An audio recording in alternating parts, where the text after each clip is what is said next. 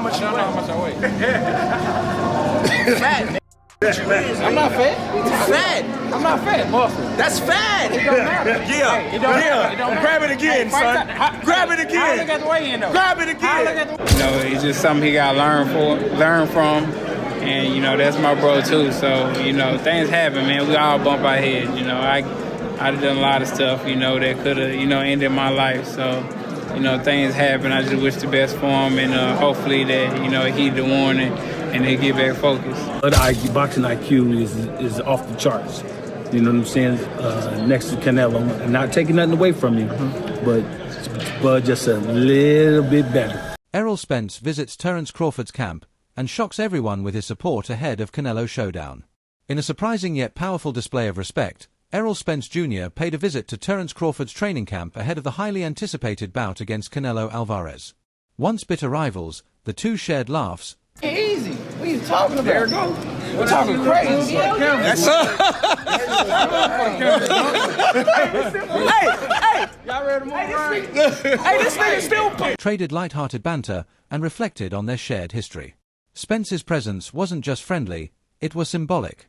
He's seen firsthand what Crawford can do, and now he's backing him to make history. "I've done a lot of things that could have ended my life," Spence admitted, showing rare vulnerability. "So I understand how..." And personal defeat. It could happen.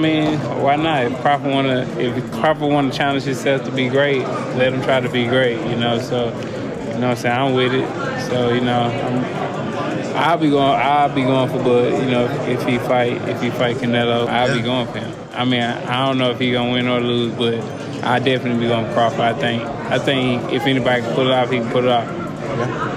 He's chasing greatness, so why not? Canelo came up to 175 and all that, and fought Kovalev and fought the other guy too. So if he can do it, and he started at 147. So if he doing it, why can't Crawford do it? How things happen. I just hope Crawford, stays focused.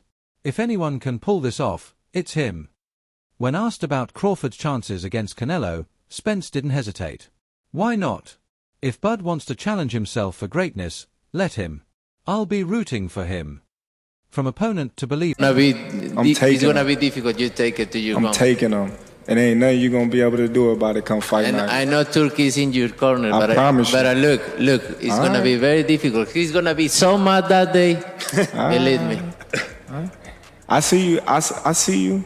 You see I'm different. I see you too. You see I'm different than all the other ones. No, I see you. No, you don't know different. You're nothing different. I'm different. Nothing. Spence's candid breakdown. Spence didn't just show up to smile for the cameras. He broke it down like a man who's been in the fire. "Crawford's boxing IQ is off the charts," he said.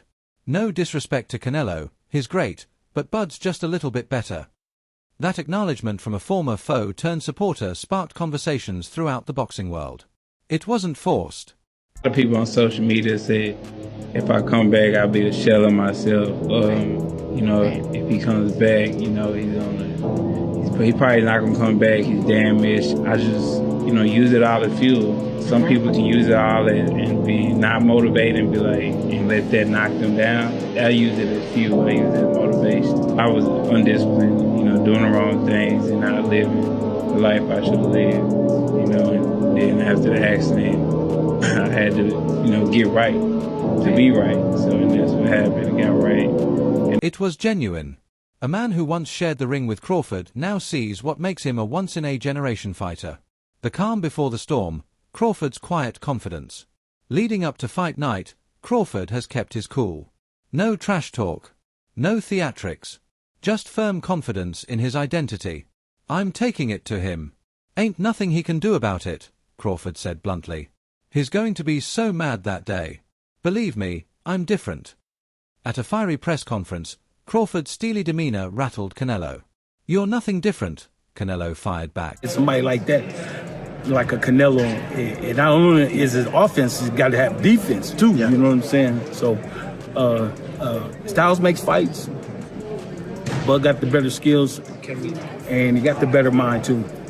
Do you think with the styles in mind, but also the weight in mind, he can get that job done based on he's just so much more excelling in the skills? You know what? he gonna get the job done. I promise you that. He'll get the job done. You know, because you know, boxing IQ is next to Canelo. I'm not taking nothing away from you, but Bud just a little bit better. I can tell you fully believe in your fighter and he believes in himself too. There was a slight back and forth at the press conference there. That was just a battle of belief. Who believes they're better? Obviously, Terence believes he's better. Did you look into that? What happened at the press conference there as the first That's war just of words? that's just press conference, man. The reason why I believe into my fighter is because from day one, the first day he walked in the gym to where we at now, we haven't lost yet. Okay, he got a loss. He got 2 losses. How does that affect him coming into this fight? One thing. I've seen it all. Crawford didn't flinch. No, you haven't. You've never seen me. Bomac, skills pay the bills. Crawford's longtime trainer Brian Bomac McIntyre echoed those sentiments. Canelo's powerful, no doubt. It's a great challenge because I think both guys have great attributes, right? That, you know, they do, and I think they have great attributes, and I think that, so you're looking to possibly see a great matchup, a great fight. And one could be an intellectual fight from Crawford, smart, intelligent fight. And I think, you know, Canelo probably has to be the matador in this one. He has to be the what? Matador, yeah. Matador, yeah. Yeah, you know. Well, basically, let me see, no, the bull. The bull. Canelo has to be the bull in this one. You got to be it because I think you find somebody faster, more athletic. You got to put the. I mean, whatever it is that he's doing, he has to be better at that than he is at any other night in his life. But you know, the big talk here and the thing that I always go back to is just the weight class. Crawford's going up 3 weight classes.